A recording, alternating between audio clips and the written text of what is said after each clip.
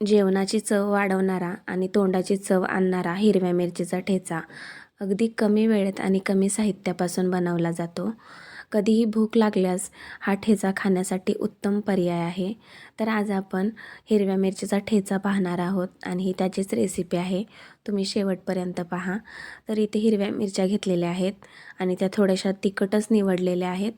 तर हव्या असतील तर तुम्ही थोड्या कमी तिखटच्यासुद्धा वापरू शकता.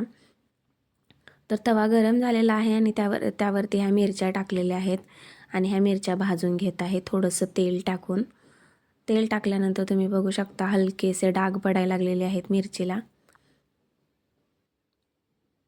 मिरची छान अशी भाजली गेली की ती लगेच वाटलीसुद्धा जाते. यासाठी छान असं भाजून घ्यायचं आहे अगदी डाग पडेपर्यंत.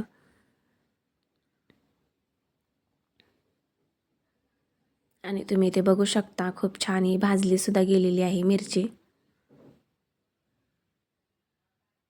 डाग पडलेले आहेत मिरचीला आणि पूर्णपणे भाजली गेलेली आहे. तर आपण हे काढून घेऊया. यानंतर साहित्य पाहूया. थोडेसे कच्चे शेंगदाणे घेतलेले आहेत, तसेच लसूण आणि कोथिंबीर घेतलेली आहे. हे सगळं जे आहे ते यामध्ये मी टाकलेले आहे उकळीमध्ये आणि हे ठेचून घेत आहे.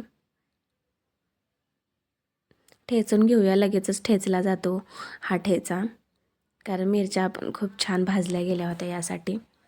तर हा ठेचा तयार आहे. तर यामध्ये आपल्याला तिखटपणा कमी होण्यासाठी थोडंसं कच्चं तेल टाकायचं आहे. याने जो तिखटपणा आहे तो ठेच्याचा कमी होईल यासाठी.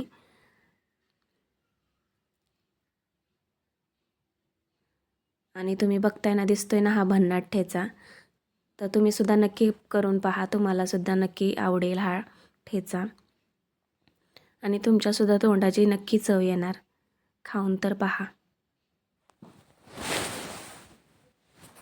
धन्यवाद.